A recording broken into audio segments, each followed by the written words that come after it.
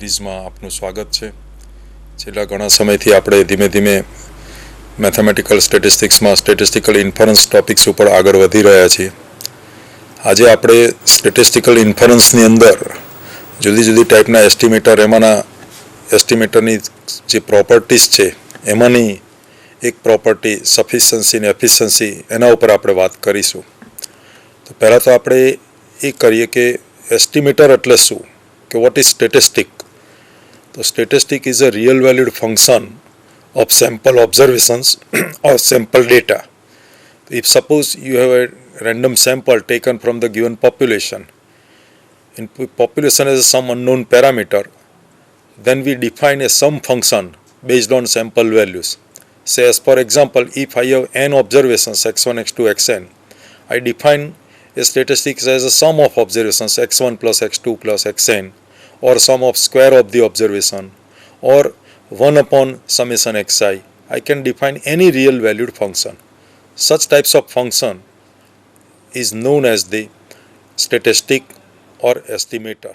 This statistic is used to estimate unknown parameter. Therefore, this statistic is known as the estimator.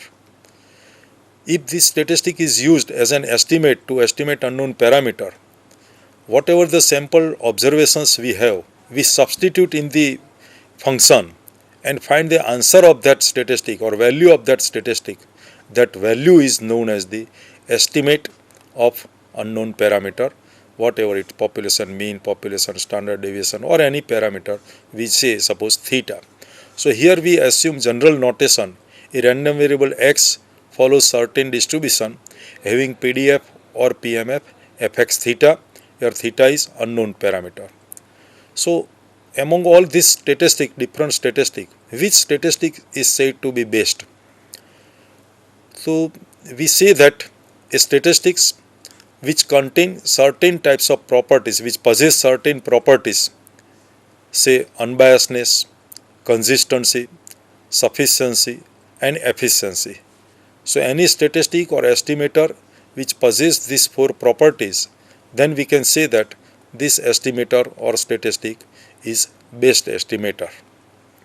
Unbiasedness means if t is any statistic and its expectation is equal to the parameter theta, expectation t equal to theta, then we can say that t is unbiased estimator of theta if expectation t equal to theta is valid for every theta belongs to parametric space, not for some value of theta. It should be true for every theta belongs to parametric space omega.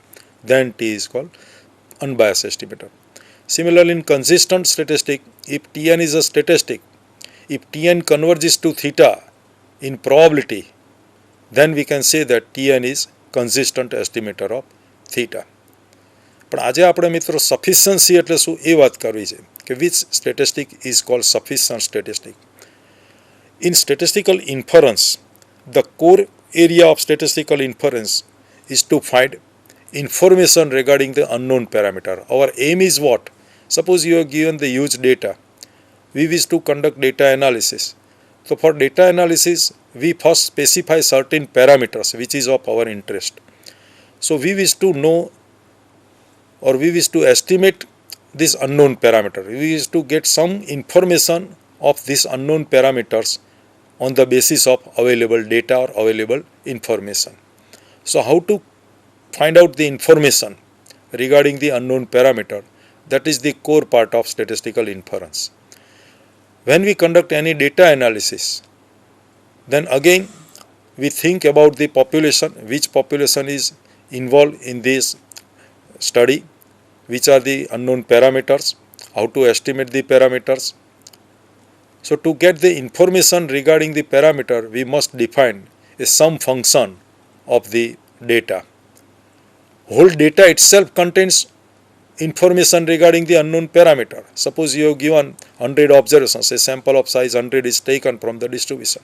So these 100 observations collectively gives always some information regarding the unknown parameter theta. But the dimension of data is very large, 100 observations. So if you wish to analyze this data for some purpose, you have to record these 100 observations. You have to verify every time, you have to use this 100 observation. તો can we reduce the dimension of the data? How to reduce the dimension of the data? Instead of 100 observation, I wish to store only 4 or 5 values so that I can use these 4 or 5 values to predict or to get some information regarding the unknown parameter theta. તો naturally મિત્રો તમને સ્વાભાવિક questions થાય કે જે 100 observations જે information આપે એ information આ 5 ઓબ્ઝર્વેશન્સ થીટાની વિશે કેવી રીતે આપી શકે કે એક જ ઓબ્ઝર્વેશન્સ લેવું હોય તો એક જ ઓબ્ઝર્વેશન્સ જે 100 ઓબ્ઝર્વેશન્સ માહિતી આપે છે અનનોન પેરામીટરની એ એક ઓબ્ઝર્વેશન્સ આપી શકે તો આપી શકે. It depends on which type of observation you construct. તો મેઇન હેતુ સફિશન્સીનો આ છે કે data reduction, how to reduce the data without loss of information content in the data. એટલે ડેટાને તમે ડાયમેન્શનને રિડ્યુસ કરતા જાઓ, 100માંથી 50, 50માંથી 10, 10માંથી સિંગલ ઓબ્ઝર્વેશન કરી દઉં તો એવું સિંગલ ઓબ્ઝર્વેશન એક હું મારી પાસે રાખું કે એક જ ઓબ્ઝર્વેશન્સની મદદથી આખો જે અનનોન પેરામીટર થીટા જેની કમ્પ્લીટ ઇન્ફોર્મેશન મને એક જ વેલ્યુ પરથી મળી જાય કે મારે 100 ઓબ્ઝર્વેશન્સની હવે જરૂર ના પડે. તો this is called data reduction. But how to reduce the data? તો આપણે કન્ડિશન મૂકી કે when we reduce the data there should not be any kind of loss of information. તો લોસ ઓફ ઇન્ફોર્મેશન મીન્સ જે 100 ઓબ્ઝર્વેશન્સમાં જે information મળતી હતી unknown પેરામીટરની એ જ ઇન્ફોર્મેશન એટલી જ ઇન્ફોર્મેશન એક જ વેલ્યુ ઉપરથી આપણને મળતી હોય તો એ કમ્પ્લીટ ડેટા રિડક્શન થયું કહેવાય. એક જ હોવી જેવું જરૂરી નથી, 2 પણ હોઈ શકે, 3 પણ હોઈ શકે. Depends on the situation of the parameter and population. અહીંયા આપણે એક્ઝામ્પલ લઈએ, ધારો કે પોઇસન ડિસ્ટ્રીબ્યુશન છે, આપણી પાસે number of accidents at a particular place. તો આનો આપણી પાસે ડેટા આપેલો છે કે છેલ્લા 1 મહિનાના રોજબરોજના એક જગ્યાએ થતા એક્સિડન્ટ્સનો રેકોર્ડ આપણી પાસે છે. તો આપણી પાસે આવો 30 ઓબ્ઝર્વેશન્સનો ડેટા છે અને મારે એવરેજ નંબર ઓફ એક્સિડન્ટ્સ આ એસ્ટિમેટ કરવું છે કે લેમ્બડા આપણે કહીએ કે lambda is the average number of accidents. તો એ મારે એસ્ટિમેટ કરવું હોય તો આ 30 ઓબ્ઝર્વેશન્સ પરથી હું શોધી શકું. પણ હવે 30 ઓબ્ઝર્વેશન્સની રેકોર્ડ મારે ના રાખવો હોય, મારી પાસે કોમ્પ્યુટરમાં ફક્ત હવે એક જ વેલ્યુ રહે એટલી જ જગ્યા છે, 30 ઓબ્ઝર્વેશન્સ સમય એટલી સ્પેસ નથી, તો કઈ વેલ્યુ મારે સ્ટોર કરવી જોઈએ કે જેથી એ વેલ્યુ ભવિષ્યમાં મારે એસ્ટિમેટ શોધવો હોય તો એક જ વેલ્યુની મદદથી હું એ એસ્ટિમેટ શોધી શકું અથવા એના માટેની ઇન્ફોર્મેશન એમાંથી મેળવી શકું. તો અહીંયા મારે એ ધ્યાન રાખવું પડે કે એ જે એક વેલ્યુ આપણને જે ઇન્ફોર્મેશન આપશે એ ઇન્ફોર્મેશન જેટલી 130 ઓબ્ઝર્વેશન્સ ઇન્ફોર્મેશન આપશે એટલી જ હશે, એમાં સહેજ પણ લોસ નહીં ગયો હોય. તો આ ટાઈપનું આપણે જે ડેટા રિડક્શન કરીએ એને આપણે સફિશન્સી કહેવામાં આવે છે. એટલે sufficiency is nothing but data reduction without loss of information content in the whole sample. તો હવે આપણે એ જોવું છે કે આવો એક સિંગલ વેલ્યુ કઈ રીતે ડિટરમાઇન થઈ શકે. તો સિંગલ વેલ્યુ ડિટરમાઇન કરવા માટે કેવી રીતે ડિટરમાઇન કરવું જોઈએ કે જેથી આપણને એ લોસ ના જાય ઇન્ફોર્મેશનનો. તો ધેર આર વેરિયસ ટેકનિક્સ. તો in statistics first definition to construct the sufficient statistic is let x1 x2 xn be a random sample. You find out the joint distribution of x1 x2 xn we consider as a likelihood function, and suppose my single observations, ધારો કે હવે હું lambda estimate કરવા માટે મેં બધા 30 ઓબ્ઝર્વેશનના બદલે મેં 30 ઓબ્ઝર્વેશનનો સમ મેં કરી દીધો અને 30નો જે સમ આવ્યો એ મારી એક સિંગલ વેલ્યુ બની ગઈ. એ વેલ્યુ મેં સ્ટોર કરી રાખી છે. એને હું ટીથી ડિનોટ કરું, કેપિટલ ટી એટલે sum of observations, T equal to summation xi. તો 30 ઓબ્ઝર્વેશનના બદલે હવે 30નો સમ એક જ વેલ્યુ ટી મારી પાસે છે કે સમ ઓફ ઓલ ધીસ 30 ઓબ્ઝર્વેશન્સ. તો એ જે છે ટી એ સફિશન્ટ સ્ટેટિસ્ટિક્સ છે કે નહીં. સફિશન્ટ એટલે કે જે ઇન્ફોર્મેશન 30 ઓબ્ઝર્વેશનથી મળી હતી, પૂરેપૂરા સેમ્પલમાંથી મળી હતી, એ જ ઓબ્ઝર્વેશન આ એક જ સ્ટેટિસ્ટિકમાંથી મને મળશે, પૂરેપૂરી ઓબ્ઝર્વેશન ઇન્ફોર્મેશન મળશે કે નહીં એ મારે વેરીફાઈ કરવું છે. જો મળી જતી હોય તો એને આપણે સફિશન્ટ સ્ટેટિસ્ટિક કહીશું.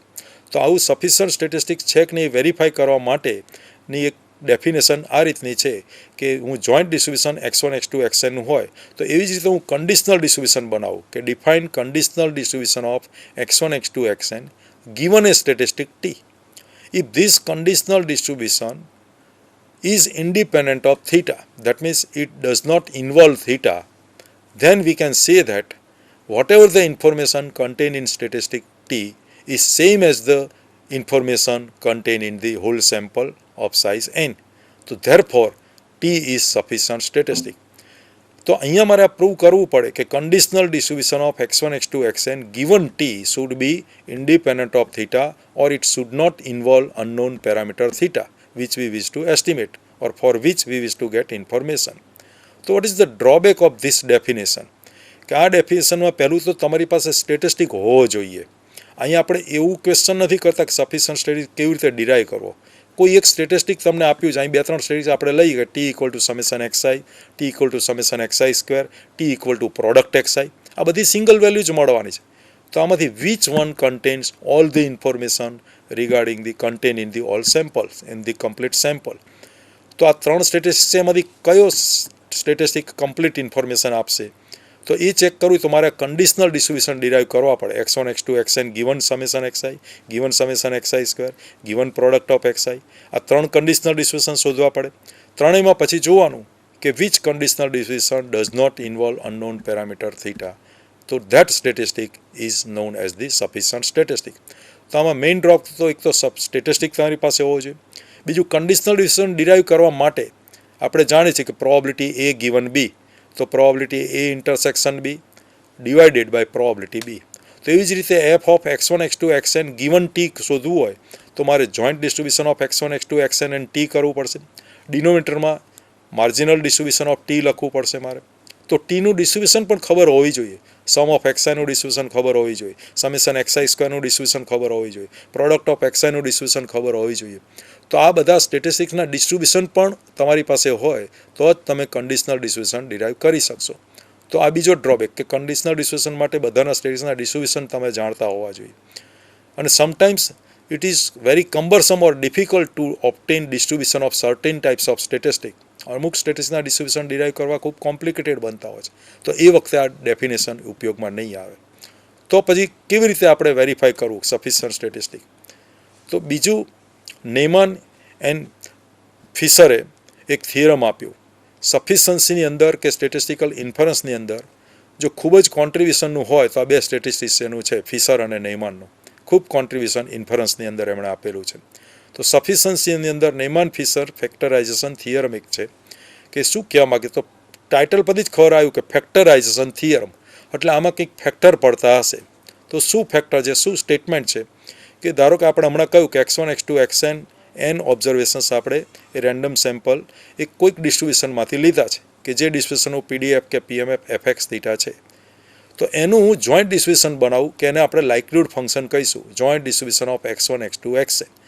It we consider as a likelihood function L of product of fxi theta. તો L equal to product fxi theta is known as the likelihood function. હવે નેમાન ફિશર ફેક્ટરાઇઝેશન થિયરમ એવું કહે છે કે આ લાઇકલીહુડ ફંક્શનને તમે એવી રીતે એરેન્જ કરો કે એવી રીતે એના પાર્ટીશન કરો, બે પાર્ટમાં એને પ્રોડક્ટના ફોર્મમાં લખી શકાય. લાઇકલીહુડ ફંક્શનને તમે બ્રેકડાઉન કરો બે પ્રોડક્ટની અંદર, એક ફંક્શન મલ્ટીપ્લાય બાય બીજું ફંક્શન. હવે એક ફંક્શન છે એવું આવવું જોઈએ કે જે ફંક્શન ઓફ સ્ટેટિસ્ટિક અને પેરામીટર થીટા હોય, એટલે એને આપણે જી ટી થીટા કહીએ કે t is statistic and statistic means some function of observation હોય અને બીજું એમાં થીટા ઇન્વોલ્વ થતો હોય. એટલે એ ફંક્શનની અંદર કંઈક એક્સનું ફંક્શન આવતું હોય અને થીટા આવતો હોય. અને બીજો પાર્ટ એવો બનાવીશું કે જેની અંદર ફક્ત ઓબ્ઝર્વેશન જ આવતા હોય અથવા તો કોન્સ્ટન્ટ હોય પણ થીટા અંદર આવતો ના હોય, અનનોન પેરામીટર એમાં આવવું ના જોઈએ. તો આ ટાઈપના જે બે ફંક્શન બન્યા એને આપણે જીટી થીટા અને એચએક્સ નામ આપીએ તો આપણે આવું લખી શકીએ કે L likelihood function equal to GT theta into HX. તો જો કોઈ પણ લાઇકલીહુડ ફંક્શન માટે કોઈ પણ ડિસ્ટ્રીબ્યુશન માટે થીટા અનનોન પેરામીટર હોય અને if it is possible to write likelihood function joint distribution of x1 x2 xn equal to GT theta into HX, then we can say that whatever the statistic t we observed in this partition, it becomes sufficient statistics. તો આગળની જે conditional distribution વાળી definition અને આ ફેક્ટરાઇઝેશન theorem એ બેમાં શું difference પડી ગયો? તો પહેલામાં તમારે સ્ટેટિસ્ટિક્સ પહેલેથી ડિફાઇન કરવો પડતો હતો કે સ્ટેટિસ્ટિક્સ એક તો તમારી પાસે હોવો જોઈએ, એનું ડિસ્ટ્રીબ્યુશન હોવું જોઈએ અને પછી કન્ડિશનલ ડિસ્ટ્રીબ્યુશન ડિરાઈવ કરવું પડે. જ્યારે આમાં સિમ્પલી તમારે લાઇકલીહુડ ફંક્શન જ લખવાનું છે, કોઈ સ્ટેટિસ્ટિક્સની જરૂર નથી, કોઈ સ્ટેટિસ્ટિક્સ લખવાનો નથી. ખાલી તમે લાઇકલીહુડ ફંક્શનને બે પાર્ટીશનમાં એડજસ્ટ કરો, એવી રીતે એરેન્જ કરો તો સ્ટેટિસ્ટિક તમને આપોઆપ મળી જશે. અને જો જો એવું એરેન્જ થઈ ગયું તો જે સ્ટેટિસ્ટિક મળ્યો એ ઓટોમેટિક સફિશન્ટ સ્ટેટિસ્ટિક પણ થઈ ગયો કહેવાય. તો ધીસ ઇઝ ધ ફેક્ટરાઇઝેશન થિયરમ. જે સાર કહીએ આપણે ફેક્ટરાઇઝેશન થિયરમનો એ આ છે કે કોઈ પણ લાઇકલીહુડ ફંક્શનને તમે આવી રીતે પ્રોડક્ટમાં લખો. પ્રોડક્ટમાં લખ્યા પછી જો આવી રીતે આપણે એરેન્જ કરી શકીએ બે પાર્ટમાં તો જે આપણને સ્ટેટિસ્ટિક્સ મળશે એ ફિશર નેમાન ફેક્ટરાઇઝેશન થિયરમના મુજબ એ સફિશન્ટ સ્ટેટિસ્ટિક બની જશે. હવે આપણે અહીંયા એવો પ્રશ્ન ઉદ્ભવે તમને કે ભાઈ આ સ્ટેટિસ્ટિક્સ છે એને કેવી રીતે આવું બની શકશે કે નહીં બની શકે, ફેક્ટરાઇઝેશન થિયરી કે લખી શકશું કે નહીં લખી શકશું. બીજું આપણને એવું થાય કે આગળ વાત કરી હતી કે ભાઈ આ સફિશન્ટ સ્ટેટિસ્ટિક્સ હોય એ જે ઇન્ફોર્મેશન સેમ્પલમાં છે એ જ એમાં આવતી હશે, તો આવો આપણને ક્વેશ્ચન ઉદ્ભવી શકે. એટલે સાહેબ જે ફિશર ઇન્ફોર્મેશન છે એની મદદથી કોઈ સ્ટેટિસ્ટિક સફિશન્ટ છે કે એ જાણી શકાય કે નહીં? હા, ચોક્કસ જાણી શકાય ગોટી સાહેબ કે ફિશર આપણે પહેલું જ આમાં એ સમજવાની જરૂર છે કે સફિશન્સીની ડેફિનેશન આપણે આપી એમાં એવું આપણે કહ્યું કે statistic must contain all the information content in sample. તો પહેલાં તો એ પ્રશ્ન ઉદ્ભવવો જોઈએ કે ઇન્ફોર્મેશન છે કેટલી કન્ટેન થાય કેવી રીતે આપણે કેલ્ક્યુલેટ કરી શકીએ કે ભાઈ સેમ્પલમાં ઇન્ફોર્મેશન છે કેટલી છે, સ્ટેટિસ્ટિકમાં ઇન્ફોર્મેશન છે કેટલી છે, ઇન્ફોર્મેશન કેવી રીતે કેલ્ક્યુલેટ કરી શકાય. તો એના માટે પણ ફિશરે એક ફોર્મ્યુલા આપી છે કે જેને ફિશર ઇન્ફોર્મેશન કહેવામાં આવે છે. એને આઈ થીટાથી ડિનોટ કરવામાં આવે છે. આઈ થીટા એટલે delta log f by delta theta whole square, એનું એક્સપેક્ટેશન લેવાનું. એને Fisher information content in variable x કહેવામાં આવે છે. હવે આપણે Fisher information content in statistic જોઈએ છે તો મારે લાઇકલીહુડ ફંક્શન લેવું પડે. એ લાઇકલીહુડ ફંક્શન એલ જે બનાવ્યું product of f x i theta એનું તમે લોગ લો અને એનું ડેરિવેટિવ કરીએ delta log l by delta theta. આ જે delta log l by delta theta કર્યું એને સ્કોર ફંક્શન કહેવામાં આવે છે. તો